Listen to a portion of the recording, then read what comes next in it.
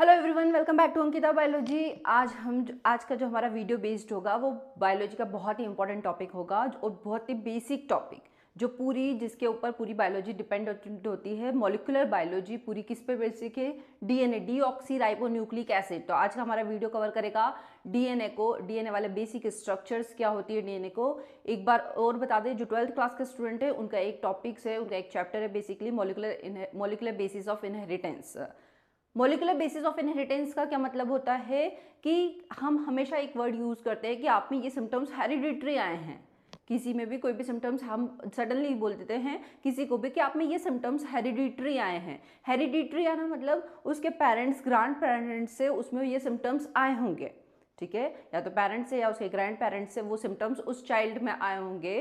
तो वो कैसे ट्रांसफर हुए होंगे उस चाइल्ड में? यदि वो सिम्टम्स आए हैं तो उसका बेसिकली जीन एक्सप्रेशन के थ्रू ही वो सिम्टम्स आपको शो होंगे।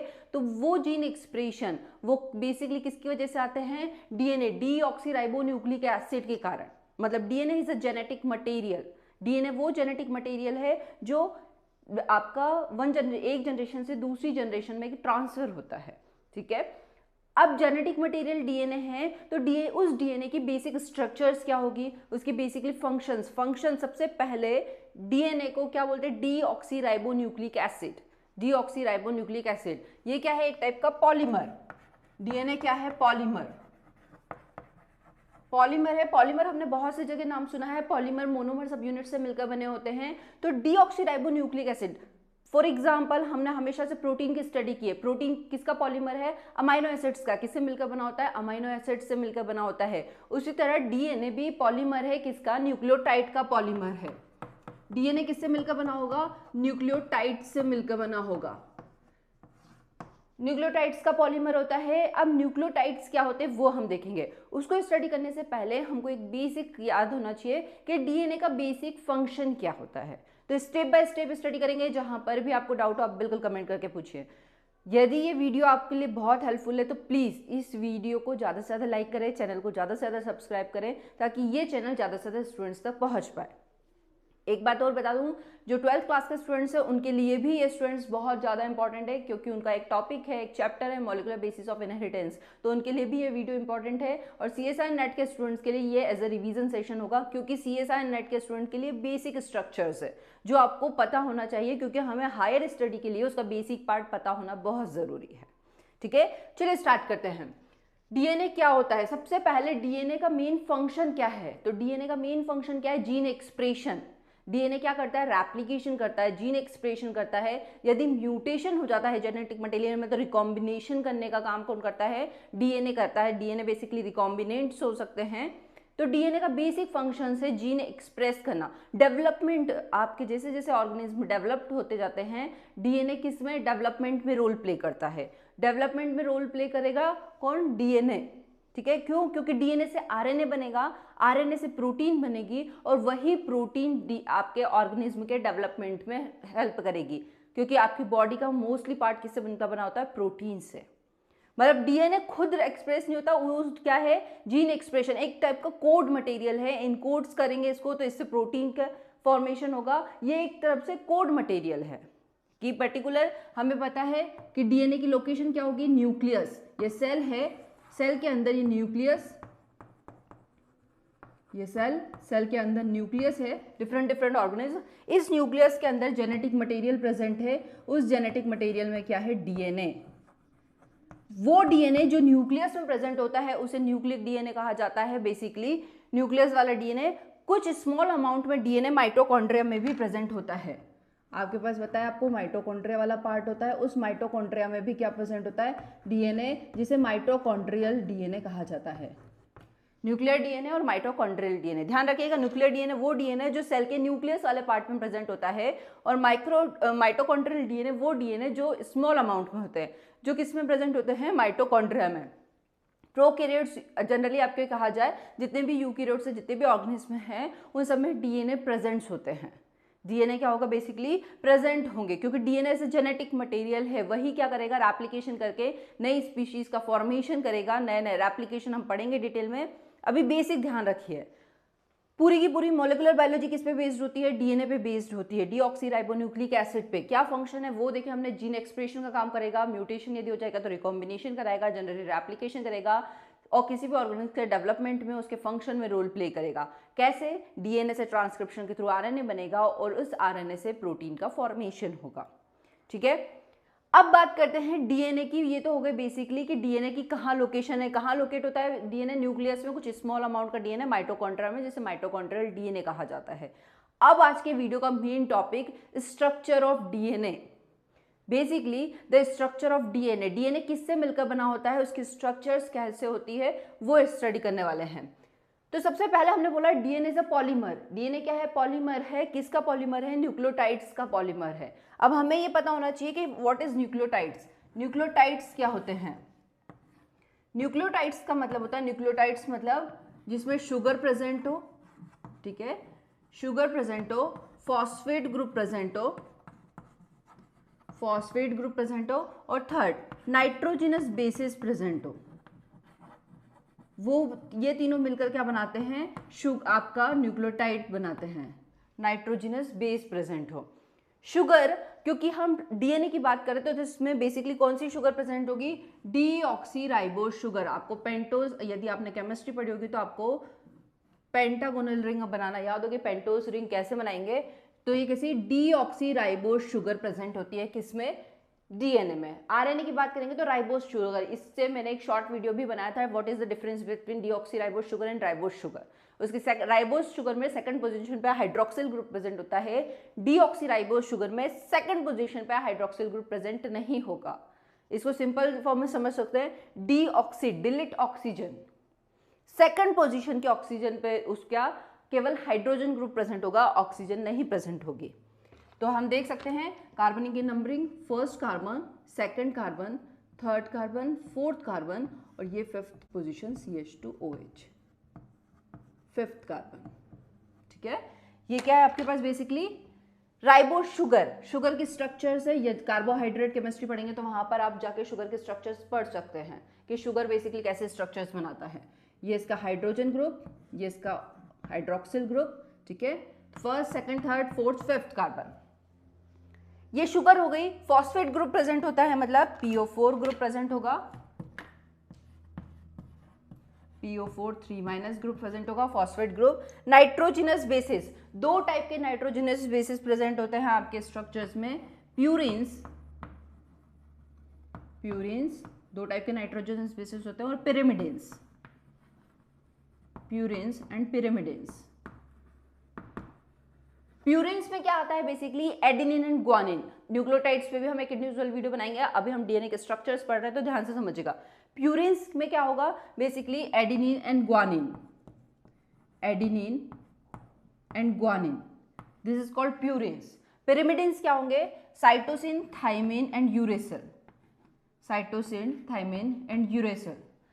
ये क्या है आपके पास, कट, CUT कट, इससे भी ध्यान रख सकते हैं, वो किस में आएगा, पिरिमिडिन्स में। AG किस में आएगा, प्यूरिन्स में। ठीक है, तो इन तीनों से मिलकर बना होता है एक न्यूक्लियोटाइड। न्यूक्लियोटाइड की बेसिक स्ट्रक्चर्स, मोनोमरिक स्ट्रक्चर्स कैसे होगी, ध्यान से समझिएगा। ये आपके पास शुगर हो गई, बेसिक स्ट्रक्चर्स बना रहे शुगर, ठीक है। इसके फर्स्ट कार्बन से ये यहाँ अटैच होता है nitrogenous base, NB, nitrogenous base attach होगा, ठीक है।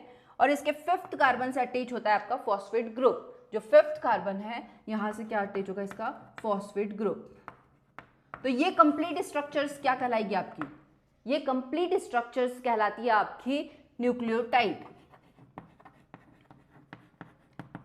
अब ऐसे ही मल्टीपल न्यूक्लियोटाइड से मिलकर डीएनए बना होता है, ऐसे ही मल्टीपल न्यूक्लियोटाइड से मिलकर क्या बना होता है, डीएनए बना होता है, क्योंकि वो किसका है, पॉलीमर ऑफ न्यूक्लियोटाइड, न्यूक्लियोटाइड का पॉलीमर होता है। अब कैसे ये मल्टीपल न्यूक्लियोटाइड आपस में जुड़ेंगे, किस बॉन्ड के थ्रू जुड़ेंगे, कितने डिस्टेंस होगी, कैसे स्ट्रक्चर्स बनेगी, वो हम अब नेक्स्ट पढ़ने जा रहे हैं। पहले इतना ध्यान से समझिएगा, न्यूक्लियोटाइड्स क्या होते हैं, जो शुगर, फॉस्फेट ग्रुप और नाइट्रोजनस बेस से मिलकर बने होते हैं। ठीक है, एक बात और ध्यान रखिएगा, यदि उसमें किसी भी क्वेश्चन पूछ लिया जाता है शॉर्ट मार्क्स में, यदि फॉस्फेट ग्रुप को हटा दिया जाए तो केवल शुगर और नाइट्रोजनस बेसिस मिलकर क्या बनाते हैं, यदि फॉस्फेट ग्रुप को हटा दिया जाए तो केवल शुगर और नाइट्रोजनस बेसिस मिलकर क्या बनाते हैं, तो वो स्ट्रक्चर कहलाती है आपकी न्यूक्लियोसाइड।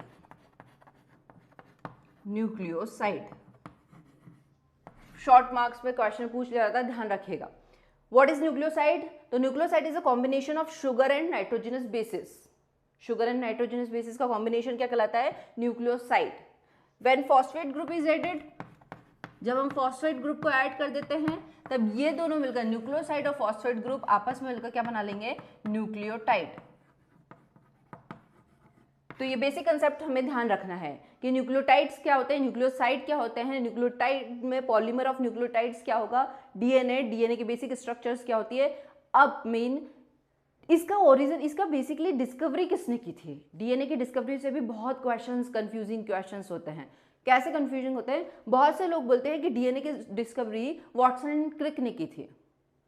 नहीं, वाटसन एंड क्रिक ने उसके स्ट्रक्चर्स बताया था। डीएनए की जो अपन डबल हेलिकल स्ट्रक्चर्स देखेंगे, जो लेडर पैटर्न्स देखेंगे उसके डबल हेलिकल स्ट्रक्चर्स का, उसको किसने आइडेंटिफाइड किया था? वाटसन एंड क्रिक ने। बट डीएनए को मेनली किसने बेसिक बताया था? 1816 के अराउंड, 1860s में सबसे पहले मिशर नाम के, फ्रेडरिक मिशर नाम के जो साइंटिस्ट थे, उन्होंने डीएनए को डिस्कवर किया था। डिस्कवरी किसी की थी? फ्रेडरिक मिशर नाम के साइंटिस्ट ने। उसके स्ट्रक्चर्स को किसने बताया था? उसकी बेसिक स्ट्रक्चर्स का आइडेंटिफिकेशन, उसका डबल हेलिकल स्ट्रक्चर्स को बताया था वाटसन एंड क्रिक ने।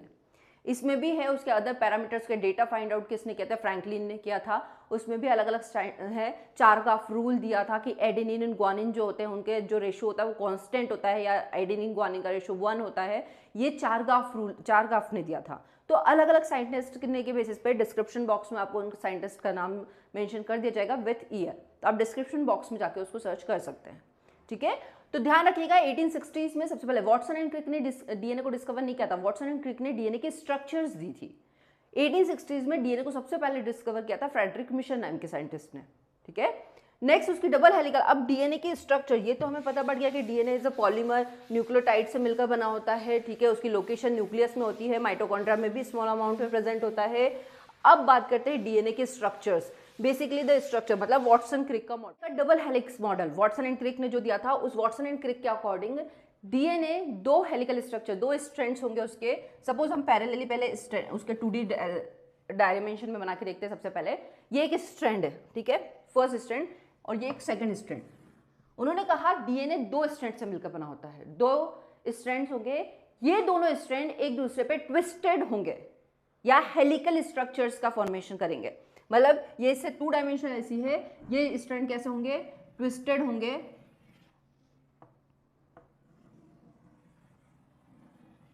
Like this. ठीक है, इस टाइप से स्ट्रक्चर्स का फॉर्मेशन करेंगे। ये स्ट्रक्चर्स, ये जो होगा ये डीएनए का twisted structures.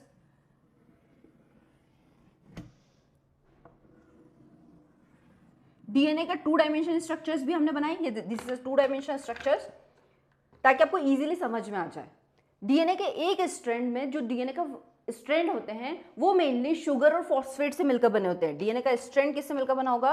Sugar and phosphate की बैकबोन होगी। मतलब इस पे क्या होंगे? Sugar group, phosphate, sugar phosphate, sugar phosphate, sugar phosphate. मतलब शुगर फॉस्फेट की बैकबोन होगी उसके स्ट्रैंड पे, दोनों पे सेम ऐसे।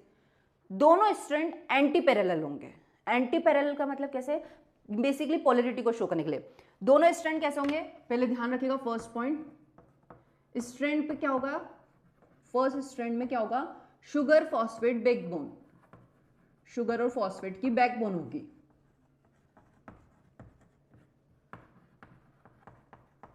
शुगर फॉस्फेट बैकबोन होगी। दोनों strand, both strands are antiparallel, both strands are anti parallel.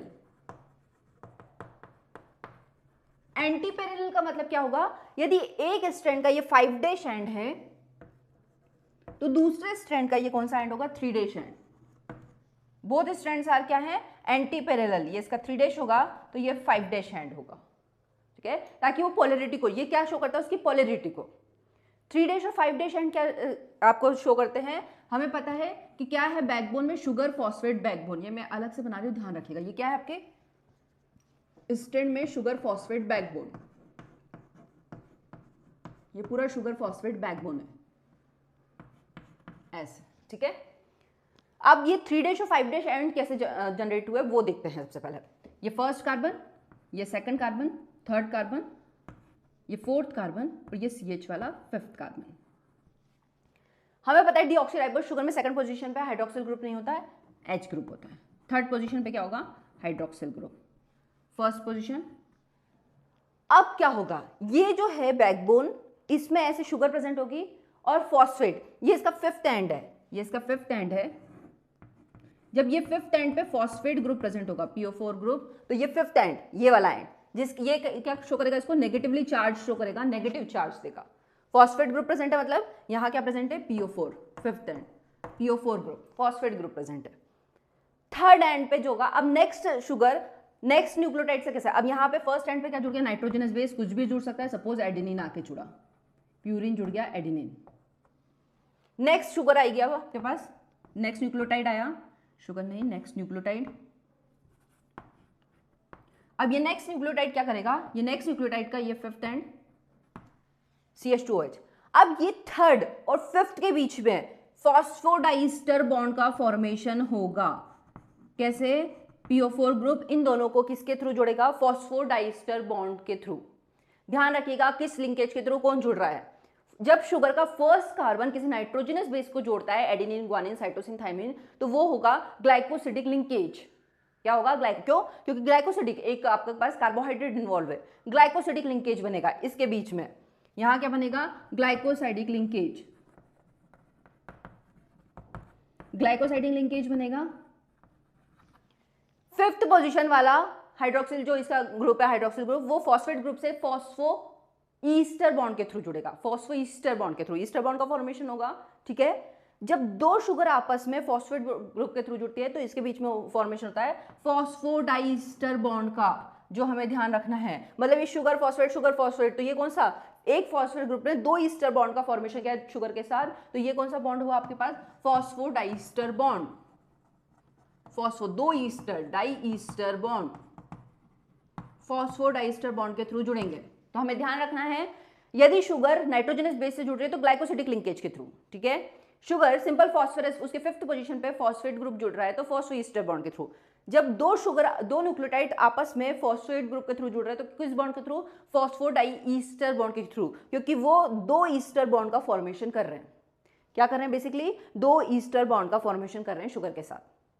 तो ये बेसिक कंसेप्ट था। तो इससे क्या बनेगा, ये डबल जो स्ट्रैंड है उसका सिंथेसिस हुआ है। वाटसन के ये स्ट्रैंड की सिंथेसिस किससे हुई है, शुगर एंड फॉस्फेट से। अब आप देख सकते हैं ये एडेनिन, मतलब ये शुगर से अब क्या जुड़ चुका था, नाइट्रोजनस बेस, एडेनिन, इधर भी शुगर होगी, इससे सपोज थाइमिन जुड़ेगा। हमेशा ध्यान रखिए प्यूरिन्स पिरिमिडिन से जुड़ते हैं, एडेनिन थाइमिन के साथ जुड़ेगा, साइटोसिन ग्वानिन के साथ जुड़ेगा। यूरेसिल डीएनए में प्रेजेंट नहीं होता है। तो एज इट इज यहां पर भी शुगर फॉस्फेट की बैकबोन होगी, शुगर फॉस्फेट की पूरी बैकबोन चलेगी, ठीक है। तो शुगर से क्या जुड़ते जाएंगे, nitrogenous bases, CG, suppose sugar होगी तो ये ऐसे नाइट्रोजनस बेसिस जुड़ते जाएंगे। अब यहां पे देख सकते हैं ये शुगर फॉस्फेट, ये यहां पे फॉस्फेट ग्रुप आएगा, तो ये शुगर फॉस्फेट, तो इसका एक एंड जब लास्ट हो जाएगा तो यहाँ पर इससे कोई फॉस्फोडाइस्टर बॉन्ड का फॉर्मेशन नहीं होगा, तो यहाँ पे क्या प्रेजेंट होगा, हाइड्रोक्सिल ग्रुप प्रेजेंट होगा। तो अब आप कह सकते हैं जो फर्स्ट 5' एंड है वो फॉस्फेट ग्रुप और 3' एंड वो क्या होगा, हाइड्रोक्सिल ग्रुप। मतलब ये 3' एंड वाला एंड कौन सा होगा, हाइड्रोक्सिल ग्रुप वाला। जहां पर भी डाउट हो स्टूडेंट्स को बिल्कुल कमेंट करके पूछें। 3' एंड वाला क्या होगा, हाइड्रोक्सिल ग्रुप। ये भी 3' एंड वाला क्या होगा, हाइड्रोक्सिल ग्रुप। और ये क्या होगा, फॉस्फेट ग्रुप, PO4 3- ग्रुप। अब ये शुगर फॉस्फेट, इसके इनसाइड में क्या होता है, साइटोसिन, ये इसके ग्वानिन से, ये आपके पास आ गया थाइमिन, तो यहाँ का एडेनिन, डबल बॉन्ड, शुगर, या साइटोसिन, तो इसका ग्वानिन शुगर से, हाइड्रोजन बॉन्ड। मतलब इनसाइड में क्या प्रेजेंट होते हैं वाटसन एंड क्रिक में, नाइट्रोजनस बेसिस, और वो इनसाइड किस बॉन्ड के थ्रू जुड़े होते हैं, हाइड्रोजन बॉन्ड के थ्रू। ये किस बॉन्ड के थ्रू जुड़े हुए हैं, बेसिकली हाइड्रोजन बॉन्ड के थ्रू जुड़े हुए हैं। ये सब क्या बने हुए आपके, हाइड्रोजन बॉन्ड्स। तो वाटसन एंड क्रिक के मॉडल में हमेशा ध्यान रखिए डबल हेलिकल स्ट्रक्चर्स होती है, दोनों हेलिक्स एक दूसरे पे ट्विस्ट होते हैं। ट्विस्टेड स्ट्रक्चर्स होती है, लेडर शेप में दिखता है। यदि इसे देखा जाए तो किस शेप में पैटर्न को, इस पैटर्न को क्या कहेंगे, लेडर पैटर्न। ये क्या होगा बेसिकली, क्योंकि यहाँ पर हाइड्रोजन बॉन्ड्स आएंगे तो ये क्या जनरेट करता है, एक टाइप से ladder pattern. 3 hydrogen bonds, 2 hydrogen bonds, 3 hydrogen bonds, तो ये क्या जनरेट कर देता है, एक टाइप से लेडर पैटर्न। इसी को क्या कहा जाता है, लेडर पैटर्न। अब हमने देख लिया इसका स्ट्रैंड शुगर फॉस्फेट बैकबोन से मिलकर बना होगा, नाइट्रोजनस बेस इंटीरियर में होंगे, एक प्यूरिन एक पिरिमिडिन से जुड़ेगा। यदि एडेनिन थाइमिन से जुड़ता है तो वो डबल हाइड्रोजन बॉन्ड के थ्रू जुड़ता है। यदि ग्वानिन साइटोसिन से जुड़ता है तो वो ट्रिपल हाइड्रोजन बॉन्ड के थ्रू जुड़ता है, 3 हाइड्रोजन बॉन्ड का फॉर्मेशन करता है। अब हम बात करते हैं इसके कुछ बेसिक पैरामीटर्स या कुछ बेसिक डायमीटर स्ट्रक्चर्स की। इसके स्ट्रक्चर्स में वॉटसन एंड क्रिक ने कहा था, जो इसके डेटा फाइंड आउट हुए थे, कि अप्रोक्सीमेट एक टर्न में, ये जो इसका टर्न्स हैं, इसके ईच टर्न में 10 बेस पे, ये उनके लिए जिनको क्वेश्चन न्यूमेरिकल क्वेश्चंस भी आ जाते हैं इस पे, तो हमें ध्यान रखना है इसके ईच टर्न में 10 बेस पेयर प्रेजेंट होते हैं। अप्रोक्सीमेट कितने बेस पेयर लेके चलते हैं हम, 10 बेस पेयर्स प्रेजेंट होते हैं। नाइट्रोजन बेस पेयर कितने, 1 2 3 4 5 6 7 8 9 10, ऐसे ईच टर्न में डीएनए के ईच टर्न में कितने बेस पेयर्स प्रेजेंट हो गए, 10 बेस पेयर्स प्रेजेंट होते हैं। 2 बेस पेयर के बीच की distance between 2 base pair, distance between 2 base pair, 2 base pair के बीच की डिस्टेंस, 2 बेस पेयर के बीच की डिस्टेंस कितनी होती है, 3.4 एंगस्ट्रॉम। एंगस्ट्रॉम में मेजर करेंगे तो 3.4 नैनोमीटर में आप कर सकते हैं। एंगस्ट्रॉम का मतलब होता है 3.4 इंटू 10⁻⁻10। यदि नैनोमीटर पूछा जाए तो नैनो का मतलब क्या होता है, 3.4 इंटू 10⁻⁻1 इंटू 10⁻⁻9, -9 का मतलब होता है नैनो। अब इसको आप कर सकते हैं कैलकुलेशन के लिए बता रही हूँ जिन स्टूडेंट्स को कंफ्यूजन है, 0.34 नैनोमीटर, ठीक है, 0.34 नैनोमीटर। तो distance between 2 nitrogenous bases 0.34 nanometre या 3.4 एंगस्ट्रॉम। यदि अब आपसे पूछा जाए कि कंप्लीट हेलिक्स की डिस्टेंस, एक हेलिक्स की डिस्टेंस कितनी होगी नाइट्रोजन बेस, कंप्लीट लेंथ की बात की जाए, तो हमें पता है कि 2 नाइट्रोजनस बेस की डिस्टेंस होती है 3.4 angstrom. Number of nitrogenous bases कितने प्रेजेंट होते हैं, 10। तो हम निकाल सकते हैं, कैसे कैलकुलेट कर लेंगे, 3.4 into number of nitrogenous base 10 equal to 34.0 angstrom. क्या है ये, उसकी कंप्लीट लेंथ, एक टन की कंप्लीट लेंथ आप फाइंड आउट कर सकते हैं। तो आई होप आपको क्लियर होगा। ये इसका रफ पैरामीटर्स है, रफली आइडिया है कि नाइट्रोजन जो डीएनए के डबल स्टैंडर्ड स्ट्रक्चर्स है उसके ईच टर्न में number of nitrogenous bases 10 present होते हैं। Distance between 2 nitrogenous basis 3.4 angstrom. यदि उसमें 3.4 एंगस्ट्रॉम 2 नाइट्रोजनस बेसिस के बीच की डिस्टेंस होगी तो उसकी कंप्लीट लेंथ कितनी होगी, 34 एंगस्ट्रॉम। इसको आप नैनोमीटर में कन्वर्ट कर सकते हैं। यदि आपको नैनोमीटर में कन्वर्ट नहीं करा है तो आप डिस्क्रिप्शन बॉक्स में या आप कमेंट बॉक्स में कमेंट कीजिए कि नहीं हो रहा है, एक बार फिर से। अब बात करते हैं इसके पिच की। इसका डायमीटर बेसिकली क्या होता है, पिच की तो हमने बात कर ली है, बेसिकली इसका डायमीटर कितना होता है। डायमीटर मतलब दिस वन, डीएनए का डायमीटर कितना होता है, तो डीएनए का डायमीटर होता है 20 एंगस्ट्रॉम। अप्रॉक्स कितना होता है, डायमीटर 20 एंगस्ट्रॉम। डायमीटर की बात कर रहे हैं। कुछ बेसिक पैरामीटर है जिनसे रिलेटेड क्वेश्चन, न्यूमेरिकल क्वेश्चंस भी आ जाते हैं, तो हमें ध्यान रखना है। डीएनए का डायमीटर कितना होता है, 20 एंगस्ट्रॉम। तो ये बेसिक आइडियाज हो गया है। ये इसकी ये ग्रुप क्या कहलाती है, मेजर ग्रुप, और ये ग्रुप क्या कहलाती है इसकी, minor groove. Major groove and minor groove. तो ये था बेसिकली डीएनए का वॉटसन एंड क्रिक मॉडल, कि वॉटसन एंड क्रिक ने डबल हेलिकल स्ट्रक्चर्स कैसे दिया, शुगर फॉस्फेट बैकबोन क्या होती है, पोलैरिटी कैसे जनरेट होती है, कैसे 5' एंड जनरेट होता है, कैसे 3' एंड को हाइड्रोक्सिल एंड कहा जाता है, न्यूक्लियोटाइड्स क्या होते हैं, कैसे किन किन बॉन्ड्स के थ्रू 2 न्यूक्लियोटाइड्स आपस में जुड़ते हैं, शुगर फॉस्फोडाइस्टर बॉन्ड्स क्या होते हैं, दोनों स्ट्रैंड्स एंटी पैरेलल होते हैं तो क्यों होते हैं, पोलैरिटी जनरेट होती है। बेसिकली डीएनए की कैसे स्ट्रक्चर है, राइट हैंडेड स्ट्रक्चर्स। डीएनए में यदि दोनों स्ट्रैंड्स हाइड्रोजन बॉन्ड के थ्रू जुड़े तो स्टेबिलिटी के कारण जैसे ही कोवेलेंट बॉन्ड का फॉर्मेशन कर लेंगे तो जब डीएनए एप्लीकेशन होगा तो डिसोसिएट कैसे होंगे। Hydrogen bond is weak bond जो इसको स्टेबिलिटी देता है। जैसे डीएनए एप्लीकेशन होगा, हम पढ़ेंगे एप्लीकेशन में, तो दोनों स्ट्रैंड्स एक दूसरे से अलग होते हैं और एक पैरेंटल स्ट्रैंड दूसरे न्यूली स्ट्रैंड को सिंथेसाइज करता है, ठीक है, वो अलग प्रोसीजर है पूरी। तो ये था बेसिकली डीएनए का Watson and Crick model. Video से रिलेटेड जहां पर भी आपको डाउट हो आप बिल्कुल कमेंट करके पूछिए, मैं पूरी कोशिश करूंगी कि आपके कमेंट सॉल्व हो जाए। एक बार और आपको बोल रही हूँ, जो 12th क्लास के नीट के स्टूडेंट्स हैं उनके लिए भी ये टॉपिक्स बहुत इंपॉर्टेंट है। मोलिकुलर बेसिस ऑफ इनहेरिटेंस जो उनका चैप्टर है वो इसी पे बेस्ड है उसमें और भी टॉपिक्स हैं जो हम आगे कवर करेंगे। चलिए, यदि ये वीडियो आपके स्टडी के लिए हेल्पफुल है तो प्लीज़ वीडियो को ज़्यादा से ज़्यादा लाइक जरूर करें, चैनल को ज़्यादा से ज़्यादा सब्सक्राइब जरूर करें। Thank you.